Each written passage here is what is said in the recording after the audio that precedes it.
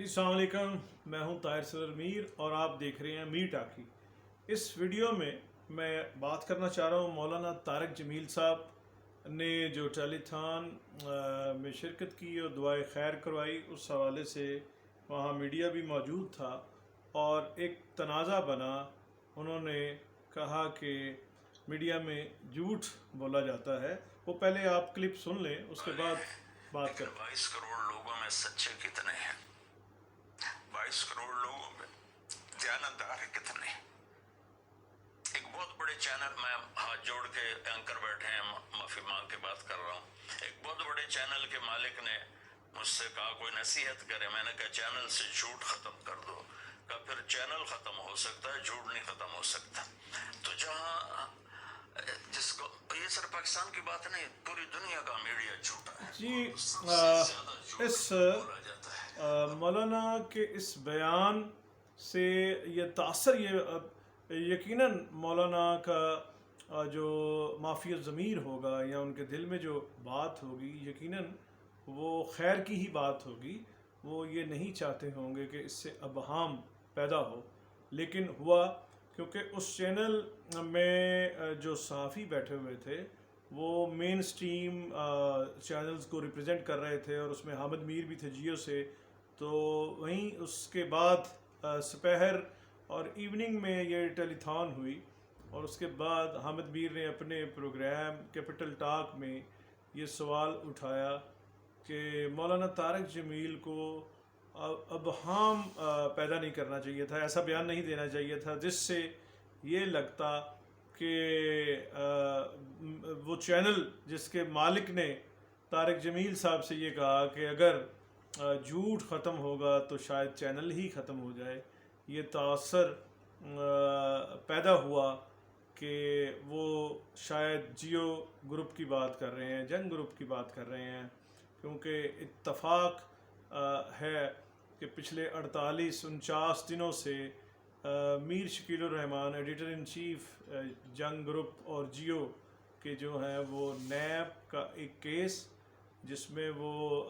حراست میں ہے، جیل میں ہے، اور وہ بہت بڑے جرنلسٹ ہیں، اور تیسری پشت جو ہے ان کی جرنلزم سے وابستہ ہے۔ 1939 دوسری جنگ عظیم کے دوران میر خلیل الرحمان صاحب نے جنگ گروپ کا آغاز کیا تھا دلی سے، اور اس کے بعد تب سے یہ سلسلہ جاری ہے 80 سال سے زائد، اور ایک صدی ہونے والی ہے اس گروپ کو، اس کی ایک کریڈیبلٹی ہے۔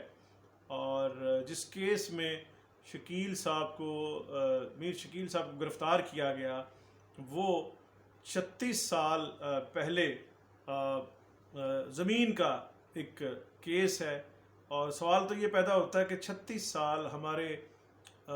ملک کے قانون نافذ کرنے والے اور وہ ریلیونٹ ادارے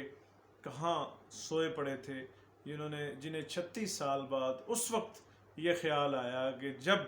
جنگ اور جیو اپنی پالیسی کے مطابق جرنلزم کر رہا تھا، اور انہیں ایک طرف میر شکیل صاحب کو گرفتار کیا گیا زمین کے کیس میں، اور دوسری طرف جیو کو ڈسپلیس کیا گیا، مس پلیس کیا گیا، یعنی کیبل سے جو جیو پاکستان کے لوگوں میں پاپولر ہے، اور پچھلے جب سے وہ بنا ہے اس نے مسلسل محنت سے یہ مقام بنایا ہے، اور لوگوں کو ان کے پسندیدہ یا بااعتماد چینل سے محروم کرنا جو ایک یہ دنیا ہے، جدید دنیا، اس میں بہت بڑا کرائم ہے۔ خیر، وہ بات کرتے ہیں مولانا طارق جمیل صاحب نے جو کہا کہ مجھے ایک چینل کے مالک کو میں نے جب کہا کہ آپ اس میں سے جھوٹ ختم کر دیں، تو انہوں نے کہا کہ چینل ختم ہو سکتا ہے، جھوٹ ختم نہیں ہو سکتا۔ لیکن مولانا طارق جمیل صاحب نے کل جاوید چودھری کے پروگرام میں بھی معافی مانگی تھی۔ آج انہوں نے محمد مالک کے پروگرام جو ہم نیوز میں پروگرام کرتے ہیں، اس میں حامد میر بھی موجود تھے، لائن پہ تھے، اور بلکہ انہوں نے کہا، انہوں نے بلا مشروط جو ہے معافی مانگی اور پوچھا کہ حامد میر یہاں اس پروگرام میں تشریف رکھتے ہیں، تو جب بتایا گیا جی کہ حامد میر سن رہے ہیں آپ کی بات، تو مولانا طارق جمیل صاحب نے، ان کی یہ عظمت ہے کہ انہوں نے کہا کہ میں اس بحث میں بالکل نہیں پڑھتا، اور میں اپنے کیے پہ، میں بہت بولتا ہوں، میرا کام ہی بولنا ہے، تو میں اس پہ جو ہے وہ میرے منہ سے یہ غلطی سے سرزد ہوا، میں اس پہ معافی مانگتا ہوں۔ تو مولانا جس طرح بڑے آدمی ہیں مذہبی طور پہ اور اخلاقی طور پہ، ہمارے معاشرے میں انہیں بہت ہائی جگہ پلیس کیا جاتا ہے، اور مولانا نے یہ معافی مانگ کے یا معذرت کر کے جو ہے، ان کا قد بڑا ہی ہے، چھوٹا نہیں ہوا۔ لیکن اس موقع پر جب حامد میر نے دوبارہ سوال کیا کہ جی آپ مولانا یہ بتائیے کہ وہ چینل، اس چینل مالک کے اس کا نام بتائیں، اور چینل مالک کا، کہ جنہوں نے آپ سے کہا کہ اگر وہ اپنے چینل سے جھوٹ ختم کریں گے تو ممکن ہے چینل ختم ہو جائے، جھوٹ ختم نہیں ہو سکتا۔ تو انہوں نے کہا کہ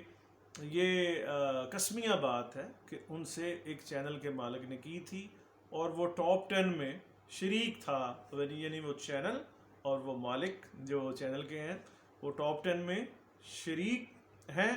اور کیونکہ وہ ان کے درمیان، یعنی مولانا طارق جمیل کے درمیان اور ان کے درمیان بات تھی، تو یہ اس سے وہ غیبت ہو جائے گی ان کی، تو وہ نہیں کریں گے۔ اس سے جو ہے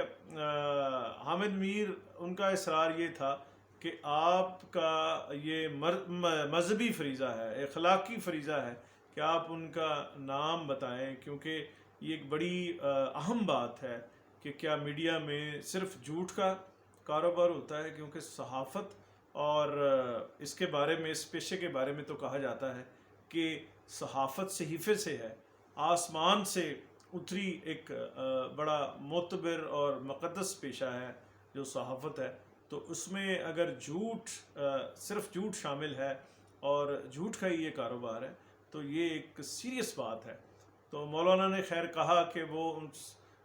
بندے کا، اس چینل مالک کا نام شیئر نہیں کریں گے، اس کو وہ غیبت سمجھتے ہیں۔ بہرحال انہوں نے کہا کہ وہ بلا مشروط معافی مانگتے ہیں، اور ہم یہ سمجھتے ہیں کہ مولانا کا یہ قد اس سے بڑا ہی ہے، وہ چھوٹا نہیں ہوا۔ مولانا کو میں کیا مشورہ دے سکتا ہوں، ان کا، مولانا کا ایک بہت اسٹیچر ہے اور ان کا ایک بڑا مقام ہے۔ تو ایک اور ساتھ سیاسی تنازع بھی بن رہا تھا، کویشچن، کہ انہوں نے کہا کہ صرف عمران خان جو ہیں درد دل والے ہیں اور ایماندار ہیں، 22 کروڑ میں باقی کون ہیں؟ تو لوگ کہہ رہے ہیں کہ جب اس ملک میں، بلکہ ایک جگہ مولانا نے کہا کہ انہیں اجڑا پجڑا پاکستان ملا ہے، تو یہ بھی کہا جا رہا ہے کہ اجڑا پجڑا پاکستان عمران خان صاحب کو نہیں، بھٹو صاحب کو ملا تھا، کہ جب مشرقی پاکستان ہم سے جدا ہو گیا تھا، اور وہ خطہ، وہ علاقہ،